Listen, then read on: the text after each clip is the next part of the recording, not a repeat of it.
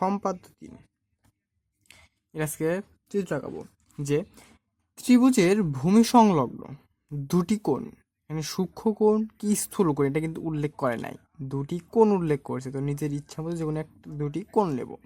যে ত্রিভুজের ভূমি সংলগ্ন দুটি কোণ এবং পরিসীমা দেওয়া আছে। পরিসীমা মানে কি, যে চারটি যে ভাব থাকবে, এই ভাবগুলোর কি যোগফল কি বলে, যে পরিসীমা। তো আমরা জানি কি, যে এগুলো করার যে কোনো চিত্র আঁকার জন্য প্রথমে কি লিখতে হবে, যে বিশেষ নির্বাচন। বিশেষ নির্বাচন, বিশেষ নির্বাচন, বিশেষ নির্বাচন। বিশেষ নির্বাচন কি মনে করি,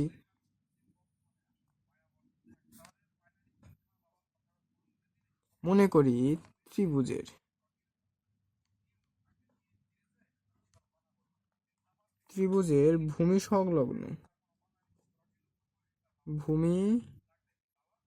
সংলগ্ন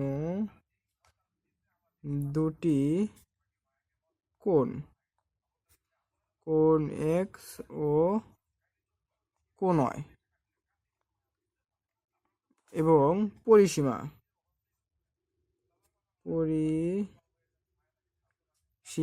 এস। এবার কি নিচে ত্রিভুজটা আঁকা হলো, নিচে ত্রিভুজটি আঁকা হলো। তো যেহেতু কি করছি, যে পরিসীমা করছি, যেহেতু বলছে পরিসীমা, তাই বাহুটা একটু বড় নিতে হবে। তো আমি এখানে 12 সেমি ব্যবহার করছি।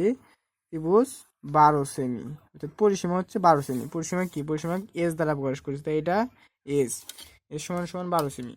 এবং দুটা কোণ, আমি কোণ একটা 50, একটা 60 ডিগ্রি, একটা 60 ডিগ্রি এবং একটা 50 ডিগ্রি। তো আমি বড় কোণটা আগে নিলাম। বড় কোণ হচ্ছে কত, বড় কোণ 60 ডিগ্রি, কোণ এক্স এটা।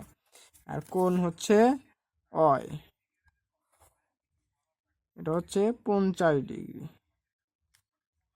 এটা 50 ডিগ্রি। সম্পর্কগুলোর ভিতরে এটা একটি মানে একটি ঝামেলার মতো আঘাত হয়, মানে একটা কোনো কষ্ট সিস্টেম।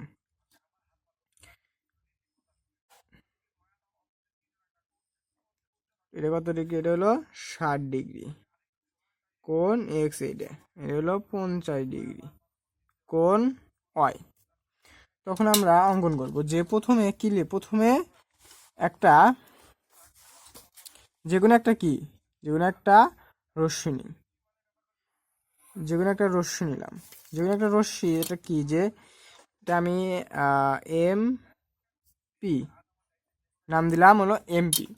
যে কোনো রশ্মি থেকে এস, এই এস বাহুটা আছে না, এস বাহু, এস কে পরিসীমা, এস পরিসীমা সমান করে কি করব, এস পরিসীমা সমান করে এটা কাটবো। এস পরিসীমা সমান করে এটা সাপোজ এম এন কাটলাম। এবার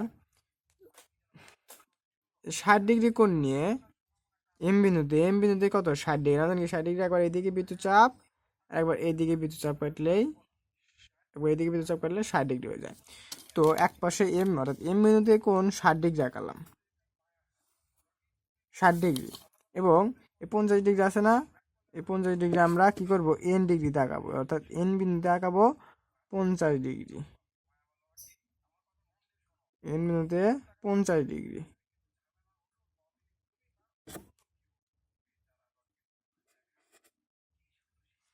এন বিন্দুতে কত, 50 ডিগ্রি, তো এটা টান মারলাম, এটাও কি, এটাও দাগ দিলাম।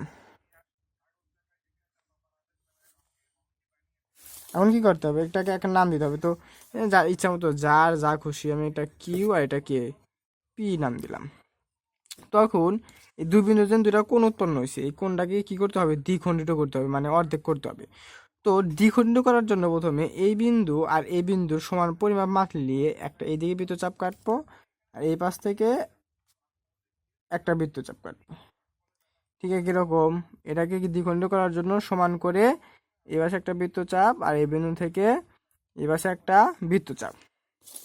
বৃত্ত চাপ দেওয়ার পরে আমরা কি করব, এই বৃত্ত মাঝ বরাবর বা দ্বিখণ্ডিত করলাম। এবার সেটাকেও কি করব, দ্বিখণ্ডিত করব, মানে দুই ভাগে বিভক্ত করব। তো বিভক্ত করার পরে আমি এটা আবার এটা নাম দিলাম যে MH এন এন কি এন আর আরটা পরস্পর কি এই বিন্দুতে ছেদ করছে। তাহলে এখন এই MH অর্থাৎ এই বাহুটা MH বাহুটার একটু কম বাহু নিয়ে কি করব, উপরে একটা বৃত্তচাপ কাটবো এবং এর নিচে একটা বৃত্তচাপ কাটবো এবং এই বিন্দু থেকে আবার এপাশে আবার নিচে একটা বৃত্তচাপ। তাহলে এটা আবার কি বৃত্তচাপ কাটার পরে এই দুটো কি করব, এই কস মাঝ বরাবর ধরে এটাকে এখানে টান দেবো। তো এটার একটা নাম দিয়ে এটার নাম দিলাম জেড এবং এবার দিলাম অয়। আবার শিখে একই কাজ বলতে এখানে এই বিন্দু থেকে একটু বড় নিয়ে এই পাশে বৃত্তচাপ, নিচে বৃত্তচাপ, আবার এই বিন্দু থেকে যায় এই পাশে বৃত্তচাপ, এই পাশে বৃত্তচাপ। আবার কি সেম কাজ, এটা কি করব, এটা যোগ করব। নিচে মতো আমি দিলাম এখানে এটা দিলাম এল, এটা দিলাম কে। তখন দেখতেছি কি এই যে এই রশ্মির বিন্দুতে ছেদ করছে। তো আমি এখন কি করব যে এই ছেদ বিন্দুকে এটাকে দেব বি আর এই পাশে দেব সি। এখন কি করব যে এ এবং বি বিন্দু আর হলো এ এবং সি বিন্দু যোগ করব। তাহলে যোগ করা হলে এই এ বি সি, এই এ বি সি একটি উদ্দিষ্ট ত্রিভুজ।